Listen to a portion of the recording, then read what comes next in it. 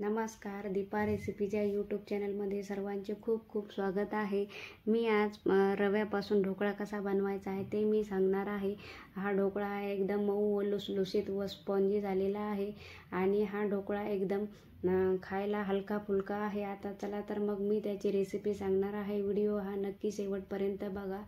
तर चला तर मग आता आपल्याला इथे एक मिक्सरचं भांडं लागणार आहे आणि बारीक किंवा मोठा रवाही तुम्ही घेऊ शकता. इथे मी थोडा माझा जाड रवा आहे. इथे मी 1.5 कप रवा घेतलेला आहे व त्यामध्ये आपल्याला अर्धा चमचा साखर घालायची आहे आणि थोडेसे लिंबू सत्व घालायचे आहे. जर तुमच्याकडे लिंबू असेल तर तुम्ही लिंबूचा रसही घेऊ शकता. व पळीभर मी तेल घातलेले आहे आणि आता आपल्याला यामध्ये 1.5 कप पाणी लागणार आहे. हे मिश्रण छान आपल्याला मिक्सरला वाटून घ्यायचे आहे बारीक. आणि एक हिरवी मिरची लागणार आहे, तर तुम्ही यामध्ये हिरवी मिरची घालू शकता जर आवडत असेल तर, नाहीतर तुम्ही नाही घातली तरी तुम्ही चालेल. आणि आता हे मिक्सरला छान आपण बारीक वाटण घेतलेलं आहे, तुम्ही बघू शकता. आता एक इथे भांडे घ्या व भांड्यामध्ये हे मिश्रण आपल्याला काढून घ्यायचे आहे. आणि हा रवाचा ढोकळा खूप छान लागतो, खायला एकदम झटपट होतो. व चवीनुसार मीठ घाला. व आता हे मिश्रण आपल्याला छान असे एकाच दिशेने छान चमच्याच्या मदतीने फिरून घ्यायचे आहे, म्हणजे ढोकळा आपला हा खूप एकदम हलका फुलका व छान फुगेल व आतून खूप छान असा मऊ लुसलुसीत होईल. आता मी एकसारखं छान हे फिरवलेलं आहे. आता 15 ते 20 मिनिट झाकण ठेवणार आहे. तोपर्यंत आपल्याला आता पाणी उकळून घ्यायचे आहे. इथे मी स्टीमर घेतलेला आहे, त्यामध्ये 1 ग्लास पाणी घातलेले आहे व आता हे गॅसवर ठेवणार आहे. आणि आता आपल्याला हे गॅसवर ठेवून आपल्याला छान याला पाण्याला उकळी काढून घ्यायची आहे.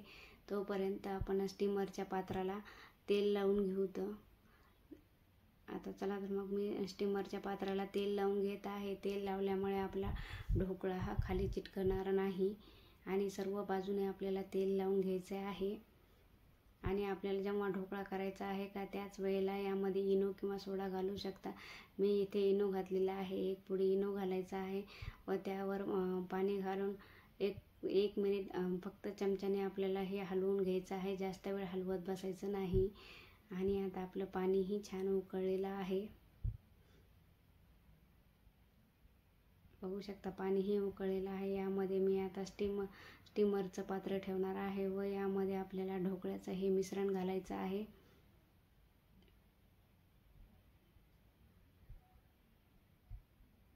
सर्व हे मिश्रण घाला व 15 ते 20 मिनिट आपल्याला हे स्टीम करून घ्यायचं आहे, म्हणजे आपला ढोकळा छान शिजेल. आणि प्रत्येक 10 मिनिटाला तुम्ही हे ढोकळा शिजला का नाही तुम्ही बघू शकता चाकूच्या मदतीने. आता आपले झालेले आहे तर 20 मिनिट. मी 20 मिनिटानंतर झाकण उघडून बघत आहे व चाकूने बघणार आहे ढोकळा शिजला का नाही ते. ढोकळा छान फुलून आलेला आहे आणि छान फुगलेला पण आहे, तुम्ही बघू शकता. चाकूला काही चिटकलेलं नाही, म्हणजे आपला ढोकळा तयार आहे. मी गॅस बंद केलेला आहे. चला तर मग आता आपण फोडणीसाठी एक कढई गरम करायला ठेवा. त्यामध्ये तेल कडकडीत गरम करा. मोहरी जिऱ्याची फोडणी तयार करा व त्यामध्ये कढीपत्ता घाला व बारीक कट केलेली हिरवी मिरची घाला व थोडेसे मीठ घाला. यामध्ये मीठ घातलेले आहे त्यामुळे थोडेसे मीठ घालायचे आहे व अर्धा ग्लास पाणी घालायचे आहे. आणि ही फोडणी आपल्याला ढोकळ्यावर घालायची आहे. आणि पाणी घातलेले आहेत आणि आपल्या ढोकळ्याचं मिश्रणही खूप छान झालेलं आहे. मी आता हा ढोकळ्याचं काढून घेतलेला आहे बाहेर आपला ढोकळा. आणि चमच्याच्या मदतीने मी हे सर्व जे पाणी तयार केलं होतं ते मी पाणी या ढोकळ्यावर घालणार आहे. जर तुम्हाला साखर घालायची असेल ते तुम्ही घालू शकता.